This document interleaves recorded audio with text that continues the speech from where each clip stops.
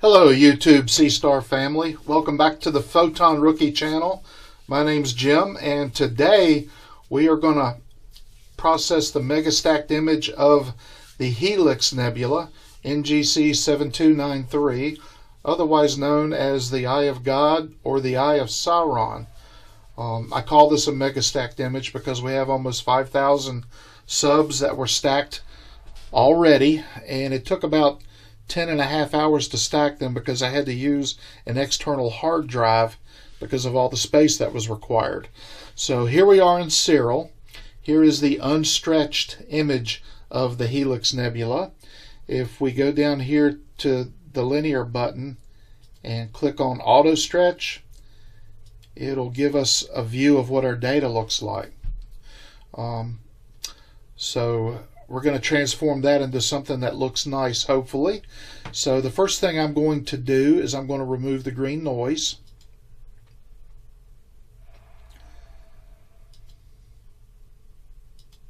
And you see that's gone now.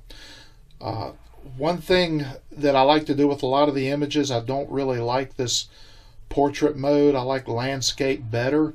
So what we'll do is we'll go ahead and put it in landscape. I think it looks kind of good in that orientation. And we're going to go ahead and crop the image because I have a lot of noise artifacts around the edges. So we'll go ahead and crop this down some now. So we'll go up to image processing, come down to geometry, and click on rotate and crop. Move this aside, and all you do is you drag these red lines around your box in to get rid of some of that unwanted noise there. Bring this in a little bit.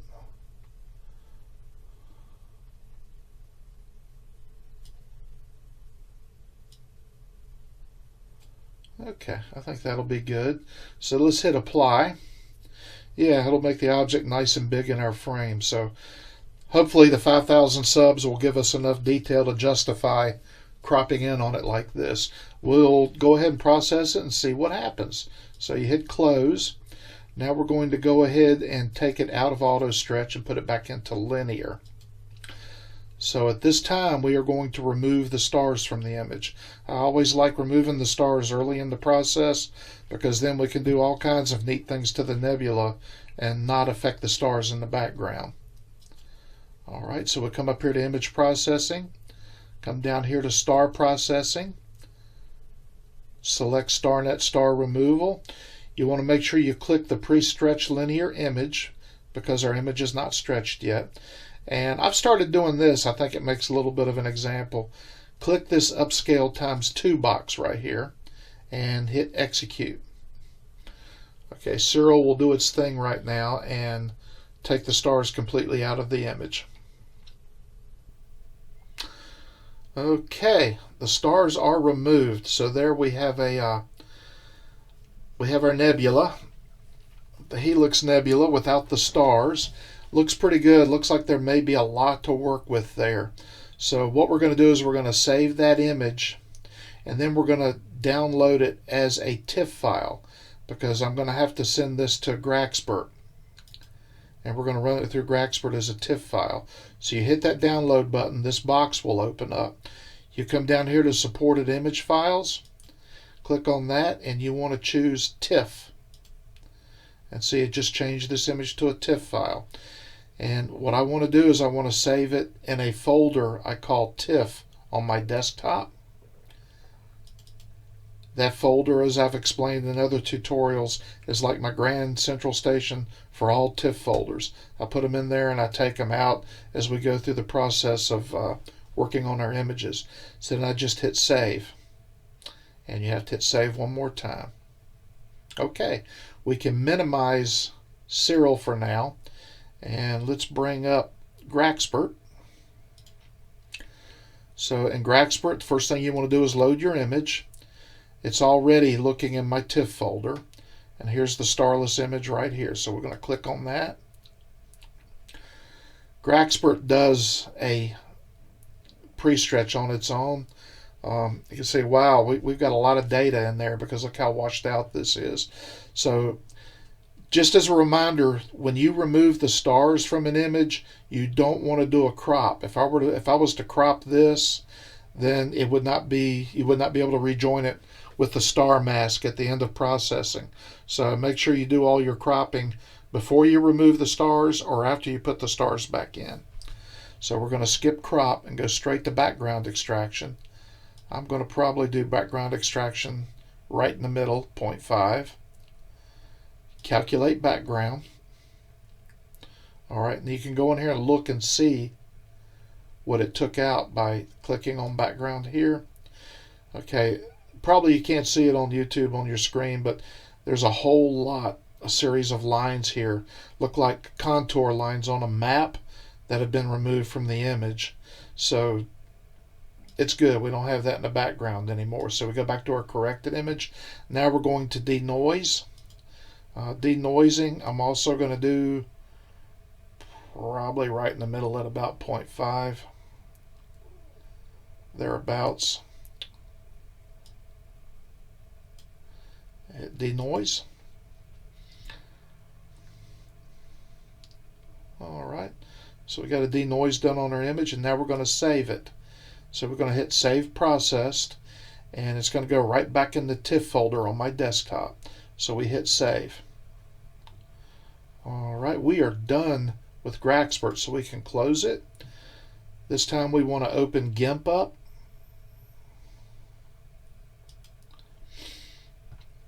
Alright, for Gimp we want to load the file we just processed in GraXpert back into Gimp. So hit File, Open. We're going to go to the desktop because that's where the TIFF folder is containing the TIFF files.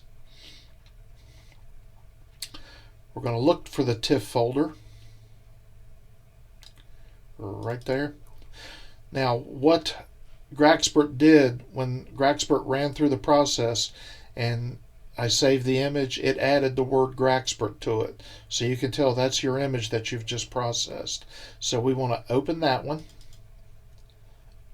Now you got a black box there. That's normal because remember we have not stretched this image yet. The only reason I put it into Gimp is so we can turn it back into a fit file and send it back to Siril so we can stretch it. So we're going to come up here to File. We're going to come down to Export As. Do not use Save As in Gimp. Always use Export As. So click on that. Right now the image is a TIFF file. We want to change it to fit. So we come down here to select file type. Click on that. You want to come down and find Flexible Image Transport System. That's FITS, in case you were ever wondering what FITS stood for in FITS files. So select that. You see it's changed it to a fit. Now we have to put this back in our Siril home folder. Mine's on the D drive. And it's right here. And you're going to hit export. Okay, this is back in Siril again. So what we can do is we can just go ahead and close out Gimp. And let's go back to Siril. And we want to open the image we just ran through GraXpert. You see it right here. It's got the word GraXpert on it. So we'll click on that. Your screen just goes to a bright white. That's normal. Don't worry about it. We're going to go up here to Image Processing. We're going to choose Generalized Hyperbolic Stretch Transformation. Okay, this box with a graph opens up here. So what we're going to do is we're going to stretch the detail out of the image. It's there. We just can't see it yet. We're going to pull it out.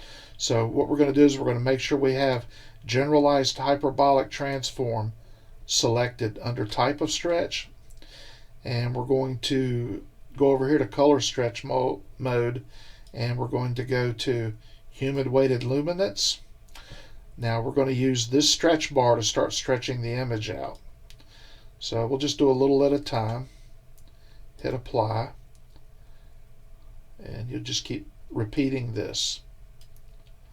Apply, and you can see our nebula is just barely starting to appear in the image. So we'll stretch it out a little bit more. Hit Apply, and we'll just do this in baby steps. hit apply. Now if you notice that the nebula is coming out pretty good here, but we've also got this gray tint to the whole image. So we're going to get rid of that now. Remember in early tutorials we talked about all the data from your image is located in this spike. Everything to the left of it is pretty much a dead zone. So what we're going to do is we're going to reduce that space by changing the type of stretch to linear stretch black point shift.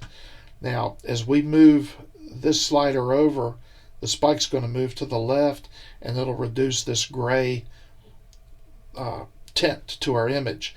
One thing you got to be careful of as we slide this over is that here under clip percentage you keep that value as close to 0 as possible. If you start getting much above 0 in this value here, that means you're clipping into the data in your nebula, and you don't want to do that because you worked hard to get all that data.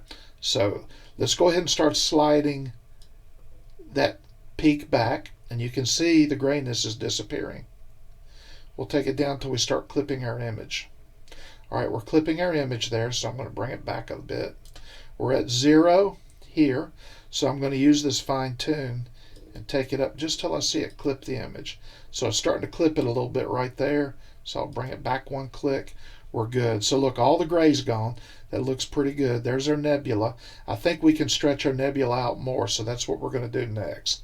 So come back up here to type of stretch, generalized hyperbolic transform, and again, I forgot to save it when I was in the black point, so go back to that. Always make sure before you leave this to hit apply. I failed to do that. It seems like I do that almost every time I do one of these tutorials. So just back up and hit apply. Come up here, go back to generalized hyperbolic transform, and now we're okay because I applied it before. So now we're going to see if we can stretch it out a bit more. If you notice, the eyebrow, that I call it, over the eye is starting to show up now.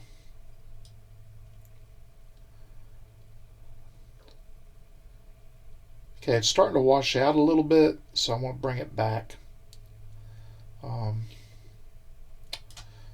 pretty happy with that right there for now. So we'll go ahead and hit apply. Okay, close this box out, save the image. So we've stretched the image out. This is no longer linear, it's stretched. So what we're going to do is we're going to send this again back to the TIFF folder because we're going to put this in the GIMP program and we're going to adjust it. So what you need to do is come up here to the download.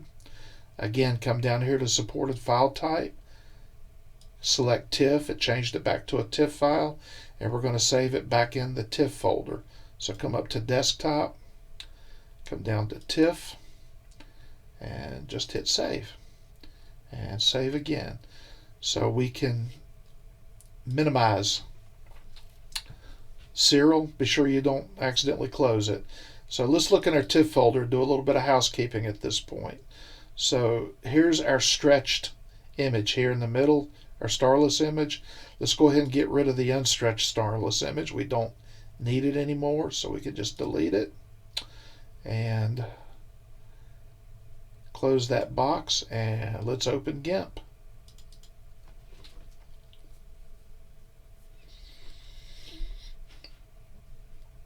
Okay, GIMP's open. So what we want to do is we want to open that nebula image that we just stretched.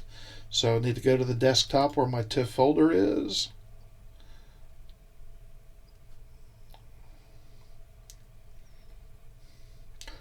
Locate the TIFF folder, there it is, and we're going to open our starless image.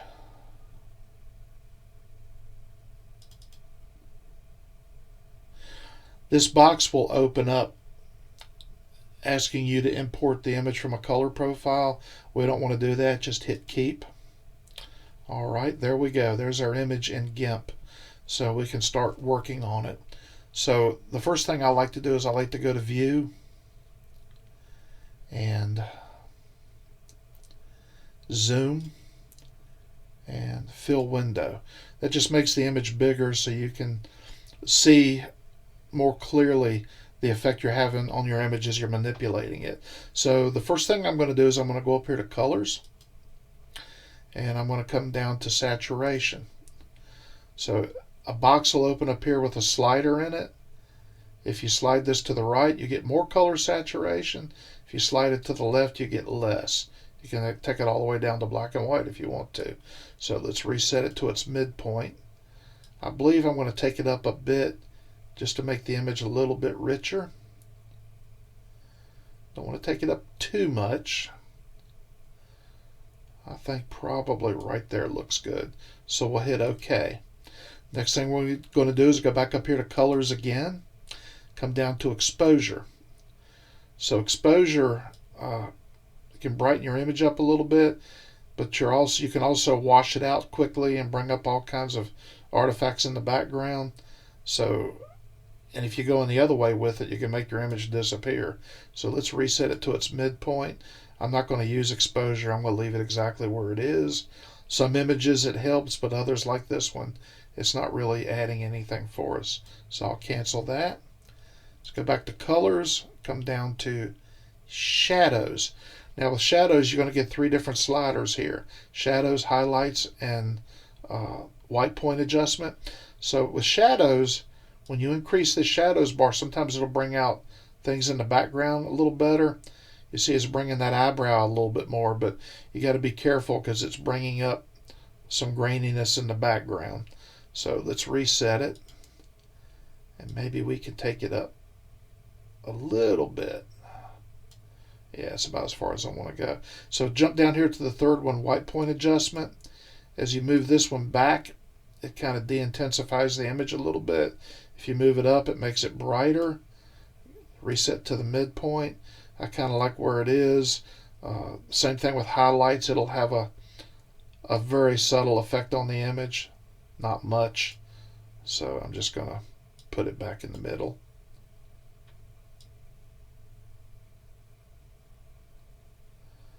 So the image just didn't require much manipulation there. So we'll hit OK. Now the last thing we're going to do under colors is the contrast.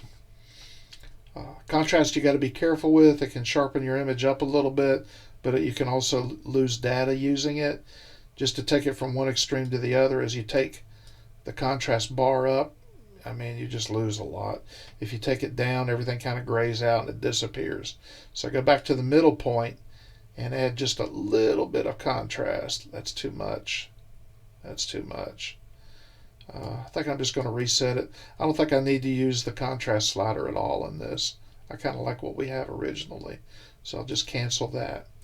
All right, now we're going to sharpen the image up a little bit. So the way we do that is we come over here to filters, come down to enhance,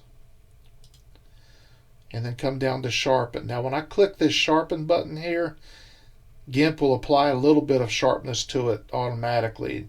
So let me go ahead and hit the button and you'll see it. There it is.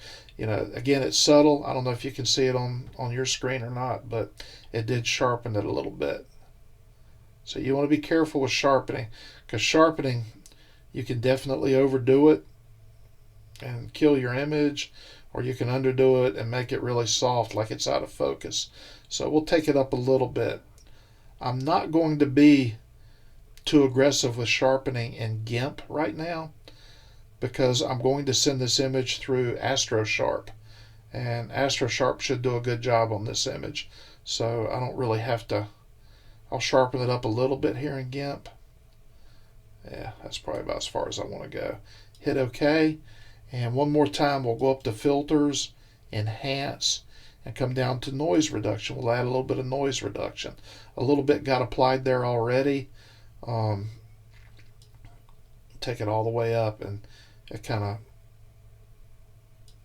it'll kind of soften the image. Take it all the way down, it sharpens it up. I think just a little bit of noise reduction is all we need. So we'll hit OK. All right, I'm done with it in Gimp for right now. The next process for this image will be to send it through Astrosharp. So what I'm going to do is I'm going to put it back in the TIFF folder. Again, you come up here to File, come down to Export As. we're going to leave it a TIFF and put it back in the TIFF folder. And the TIFF folder is already opened up here. I'm going to hit export, and it's going to ask you if you want to replace the old starless image. We do, because we're done with that image and we're going to use this one. So just hit replace and hit export one more time. Now we can close Gimp.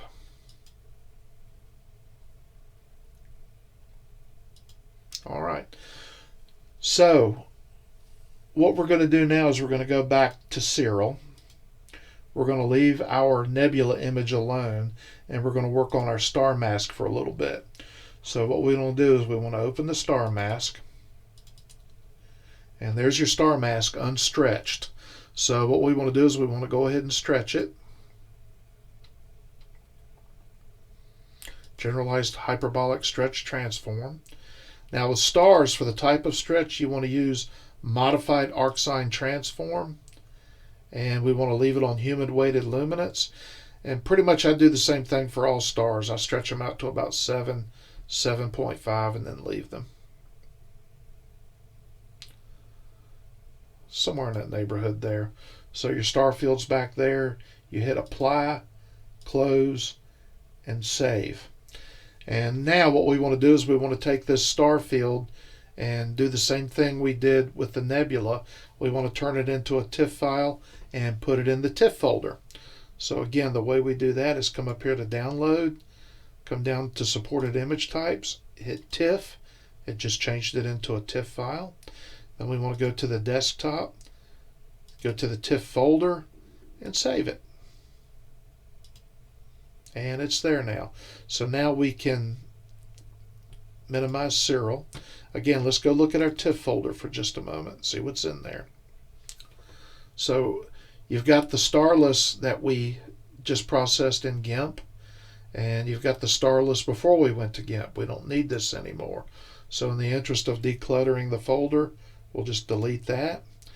Now what we're going to do is we're going to send both of these into Astrosharp for processing. It's important again to remember that when you use Astrosharp for the starless image, you must also use it for the star mask. If you use it just for the starless image and not for the star mask, when you go to join the stars back in the image, you won't be able to do it. So it's important that you send them both through Astrosharp together, and we're going to do that right now. So let's close that box and let's open up Astrosharp. So this is the Astrosharp screen. A quick note about Astrosharp. It works great for images with high signal to noise ratio. In other words, if you've got thousands of subs for an image, it'll work great in Astrosharp. It'll do wonders.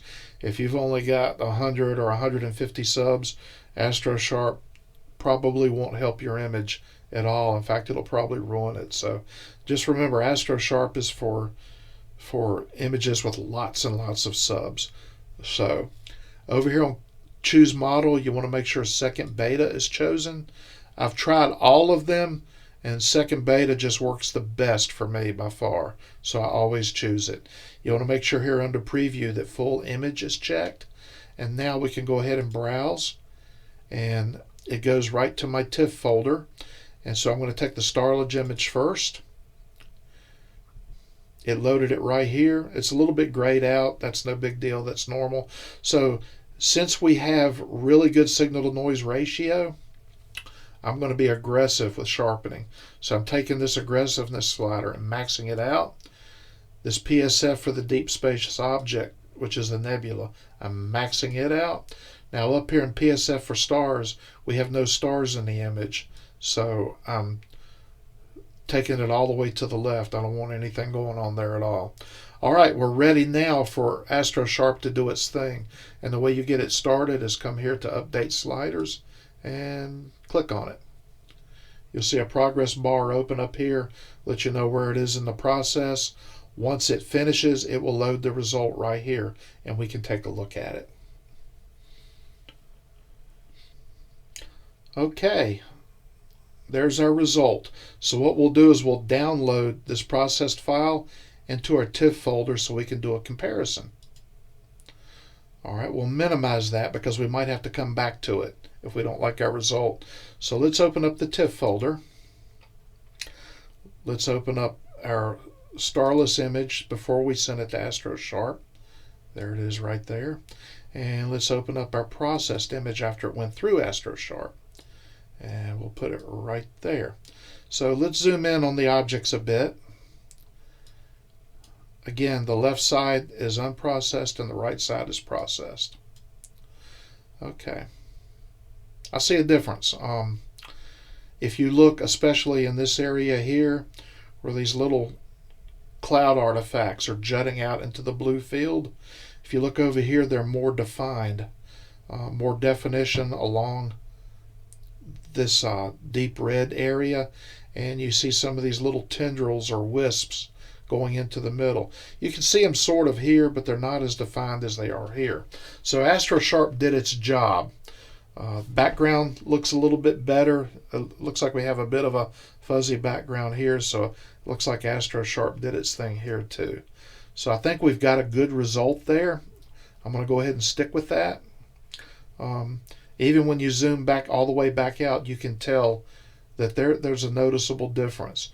So let's close these boxes. Since we're going to keep the processed, I'm going to go ahead and get rid of the star list. Just delete it to keep things from getting cluttered. Now, before I move on, I'm going to rename this processed image. What I'm going to do is put a 1 in front of processed. The reason I do that is we're getting ready to send the star mask through Astrosharp, and when we do that and we save it back in this TIFF folder, it's all going to be set. It's also going to be named processed when it's saved here. If you don't change the name of this one, it'll try to save your star mask over it, and we don't want that to happen. So we're good there. We've renamed that. So let's close that, and let's go back to Astrosharp. One thing I like to do, and I like to do this with Gimp also, it may be unnecessary, but I think it's just a cleaner way to do it, is when you're done with an image in Astrosharp, is just close it and reopen it.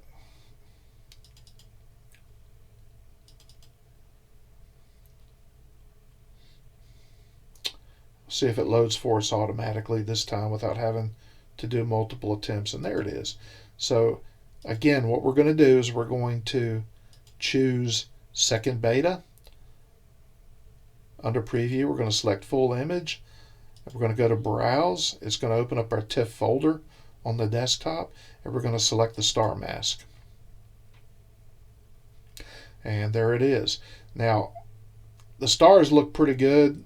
Sometimes you can really mess stars up if you try to sharpen them too much. They'll get black halos around them or other artifacts. So we're not going to do much at all as far as sharpening the stars. So I'm going to keep the aggressiveness slider down low. I'm going to keep the PSF for stars down low, and the PSF for DSO, I'm going to take it to 0 because this is not a DSO. All right, everything's set. We just click Update Sliders, and Astrosharp will do its thing with the stars. Here's our progress bar open here.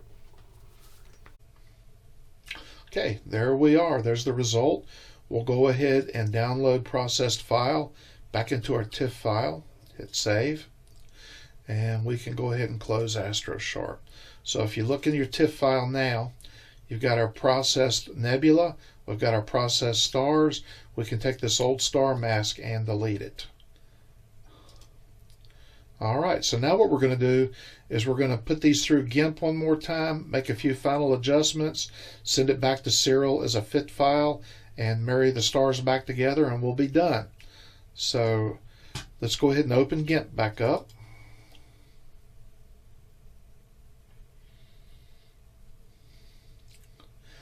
And let's do the nebula first. So we'll click on File, Open, go to Desktop to get to the TIFF folder.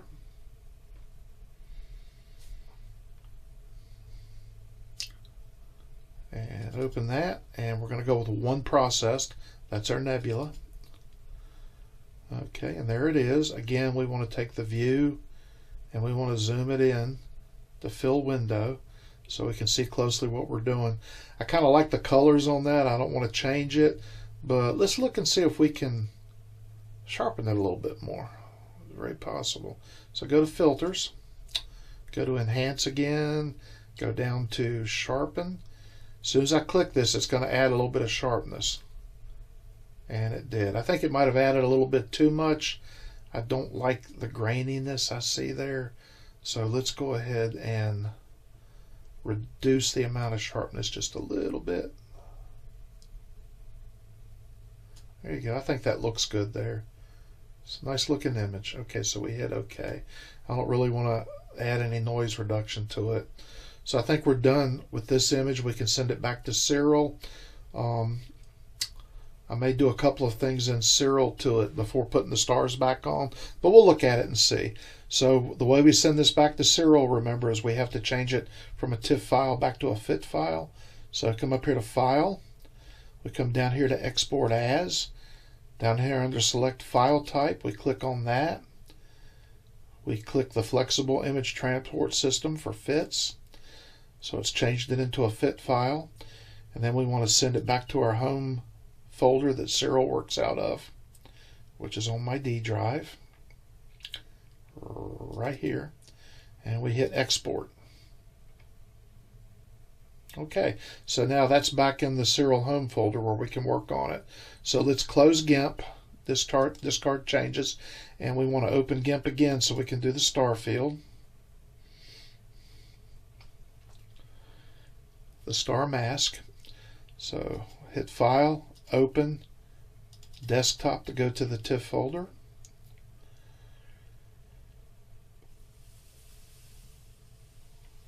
Come down to the TIFF folder, open it. This time we're going to take Process, which is our star mask. And there it is.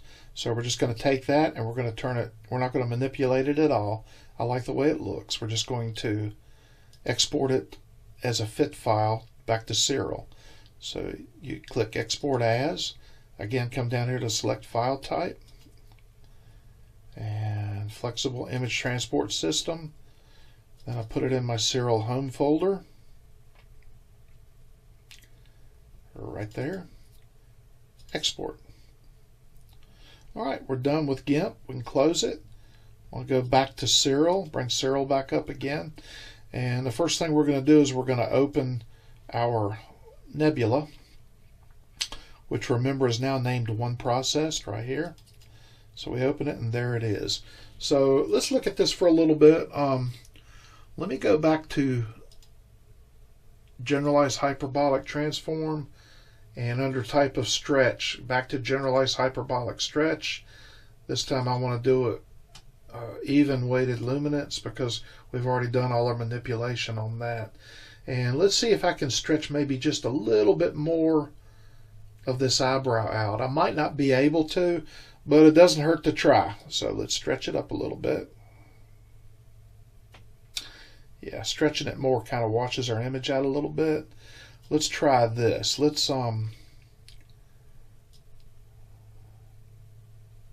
try our eyedropper a little bit. Make a little box right there with your mouse. Come over here and hit this eyedropper. And then let's try to stretch it a little bit.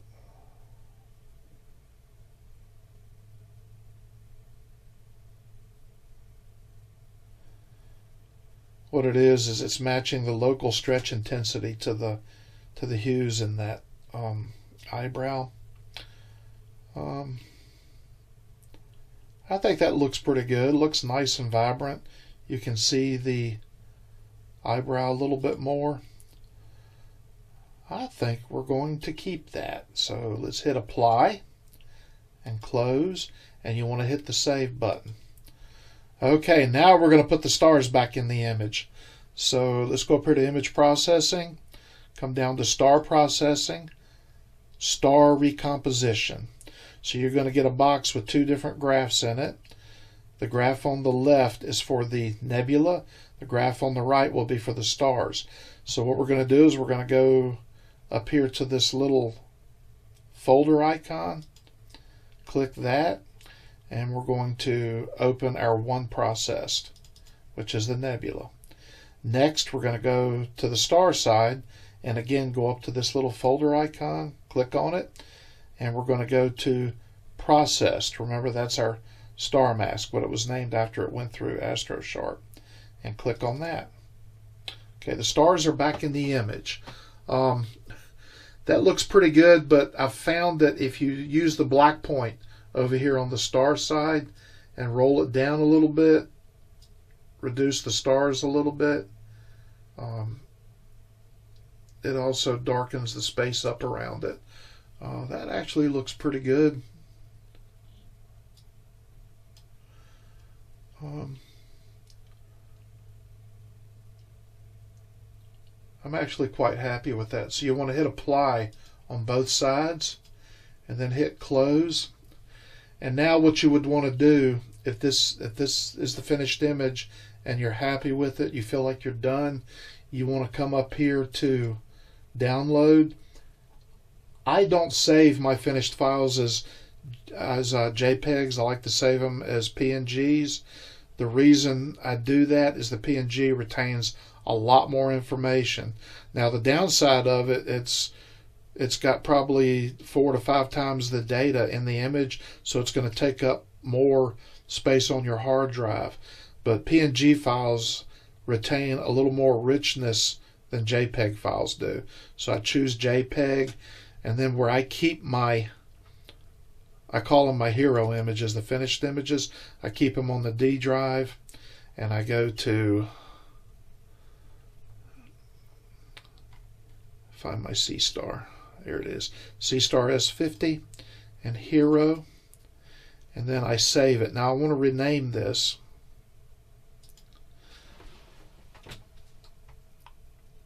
So I'm just going to rename it NGC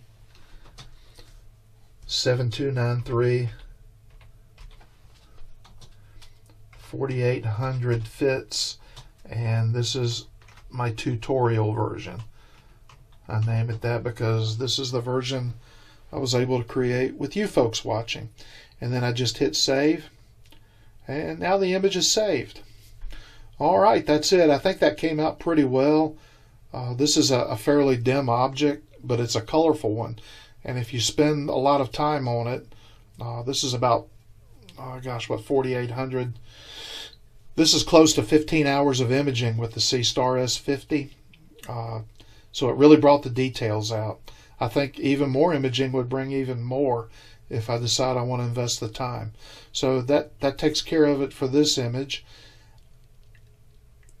In the near future, I'll be doing a Megastack tutorial on M78, the Casper Nebula, which is a very dim reflection nebula. I'm planning on doing at least 7,000 subs on that, so we should get an interesting result. So please like and subscribe to this channel if you would like to get notifications on when that video is going to be ready. As of this video, I've got 520 subscribers now. It's a fairly new channel. I made a bet with my wife I'd be at 1,000 by Christmas. Time's getting close, so help a fella win a bet with his wife, and please like and subscribe. If you have any suggestions for me, or if there are any objects you would like to see on my channel, just drop me a line in the comments. Hope you enjoyed the tutorial and get something out of it, and we'll see you on the next video.